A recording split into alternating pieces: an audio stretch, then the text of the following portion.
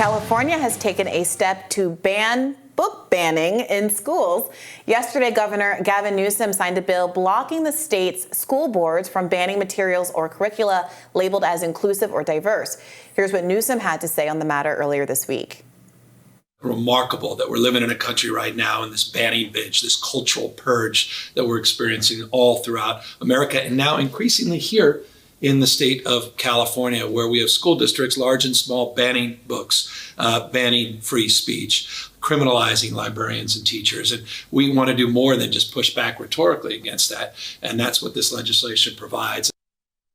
The bill expands the state's existing education code, requiring schools to include the experiences of racial, ethnic, and LGBTQ groups in the curriculum, according to the California Local.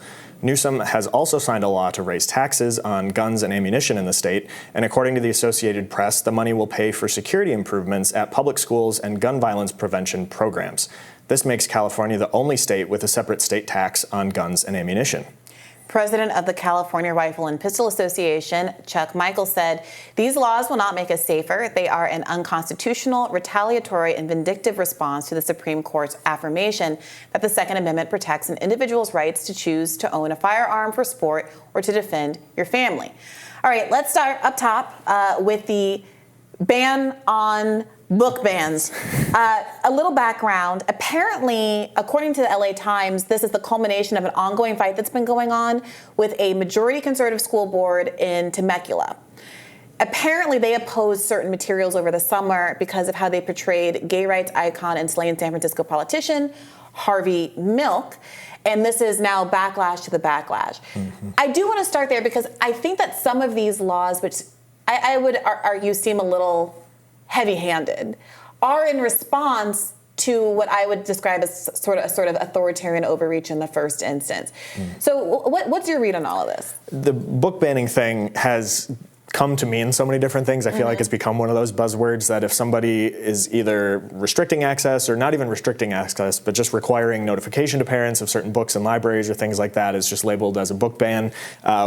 One of the larger examples of that was obviously in Florida with Governor Ron DeSantis and his alleged book ban that, he said these books are inappropriate for children. Then he held a press conference attended by the media, and when he showed the books, the media had to cut away because it was too inappropriate to air, sort of proving his point about what is in those books maybe being inappropriate for some audiences. Back in California, this is interesting to see book banning be something banned. Too many bans. Ban the book bans. It's interesting to see because not too long ago in California, Gavin Newsom and Democrats in general did not make a stink or seek legislation to ban book bans when in the Burbank School District, the school board voted to remove 5 books, including Huckleberry Finn, Roll of Thunder, Hear My Cry, To Kill a Mockingbird, The K, and Of Mice and Men. And interestingly, in that case, the sort of roles were reversed, where you had conservatives stepping in to provide those books to students because they were not being taught in the classroom anymore because of concerns about the content of those books. Democrats in California, Gavin Newsom, at the national level, nobody was saying anything about it, and it was conservatives that stepped in to provide those books. Now you have apparently something on the other side where you have Gavin Newsom obviously stepping in to say, you can't ban these books, I'm banning your book bans, which he didn't say the last time books were banned. So it kind of raises the question of what gives. And again, to your point, a little heavy-handed all of a sudden. Yeah, I do think book bans are not popular. Right. They don't poll well, which is probably why everyone characterizes everything that they don't like as a book ban. And I do take your point that the restrictions on age appropriateness, moving a book to a different part of the library, are a different thing than it seems like we're talking about in other instances. I will say that, Ron DeSantis has obviously targeted certain whole disciplines of study, African-American history as a genre, disincentivizing it. What did he do? Pulled funding from public schools to teach those kinds of classes. And so you do have what feels like an ideological battle that I think colors this, as opposed to something like Huckleberry Finn, where people say, let's not teach it because the N-word's in it. Something I disagree with, by the way. But which seems less about maybe that's my subjective view, a broader ideology than just kind of easily triggered parents.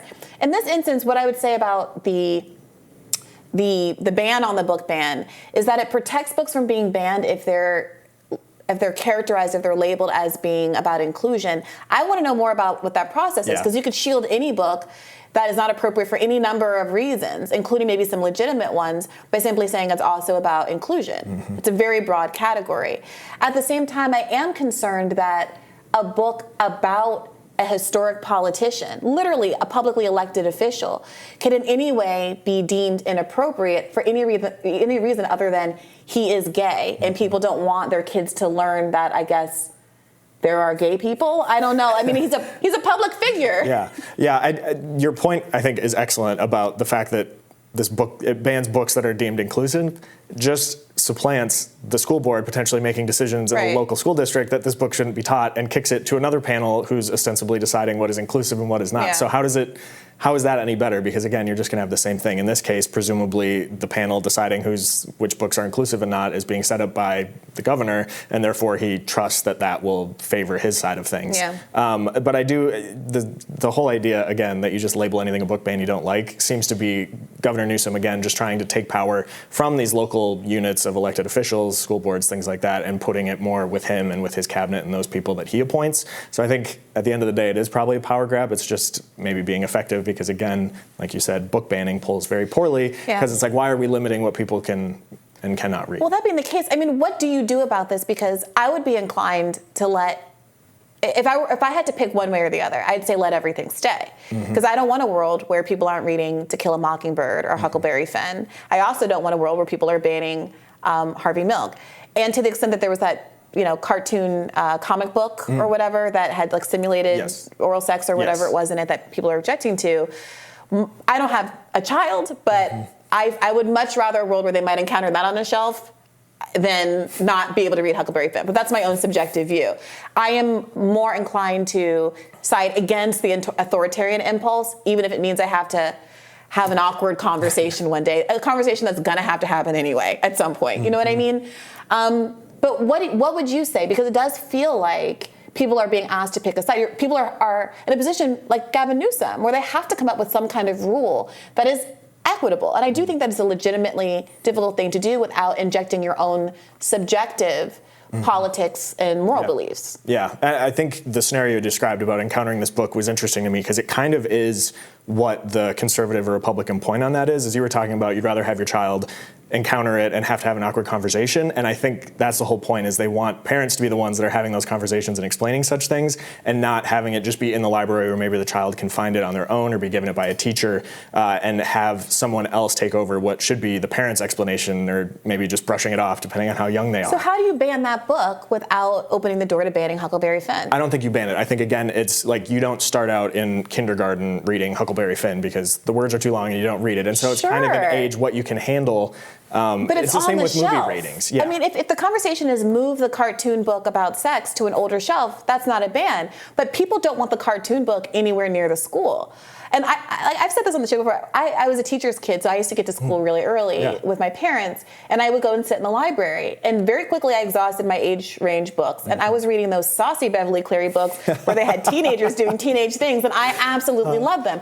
I don't think it damaged me in any way, but there's a world where someone says, "Oh, a young Briahna Gray was reading about teenagers hooking up in summer camp or whatever when she was 10. Oh my God, that was so inappropriate. We got to ban Beverly Cleary from the high school shelves lest a precocious elementary school student get her hands on it." Yeah. And I think, again, it all just comes down to the idea that it shouldn't be, and it's hard to make the point, because it shouldn't be up to the government to decide what a parent or parents teach their children.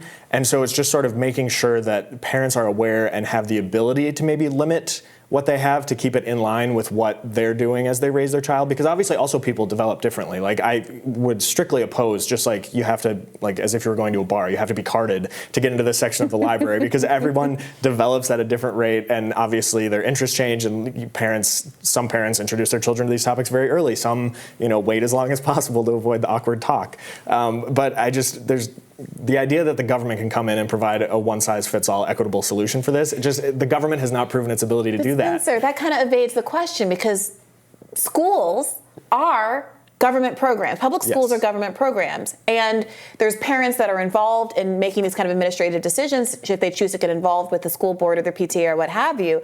But ultimately, yes, parents are in charge of what they do at home, but there are limits to how much any given parent is in charge at school because the parents don't all agree, right? So simply saying that this is a parent choice issue, yeah, what happens in your home is a parent choice issue, but we live in a society, and some kind of consensus has to happen with what happens at school. And I do think we have to be serious about whether or not ultimately we're going to lean into an authoritarian impulse to make sure that we live in a nanny state and nobody ever sees anything, or whether we say, okay, parents have the ability to know what's in the library, and to perhaps even know what their kid is learning in school and what's on the curriculum and all of those kinds of things, and to turn their child in a different way when they get home, to advise their child differently than they're being advised at school when they get home.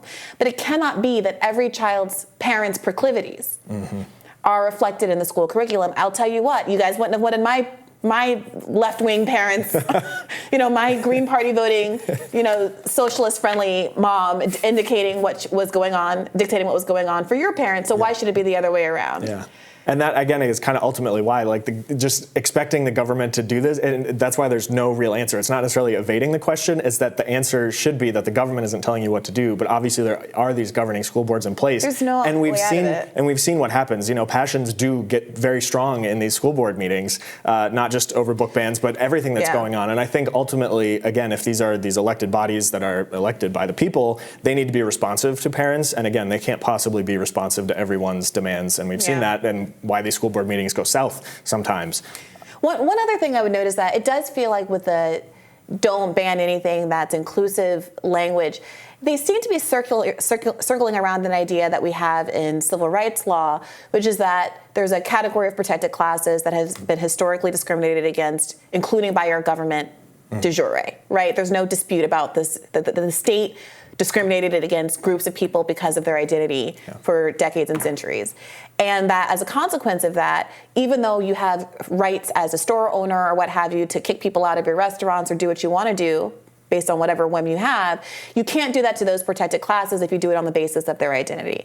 And when he says, well, you can't ban a book because of if it's inclusive, it seems like he's trying to protect books and ideas against the discrimination based on who they are or who is represented in the book because of some kind of historical legacy, and say, this is something different. Maybe you don't like a book about sex, maybe you don't like a book about communism, but in America, because of our history, you shouldn't be able to ban a book because it references a gay person or a black person or a Latino or whatever it is.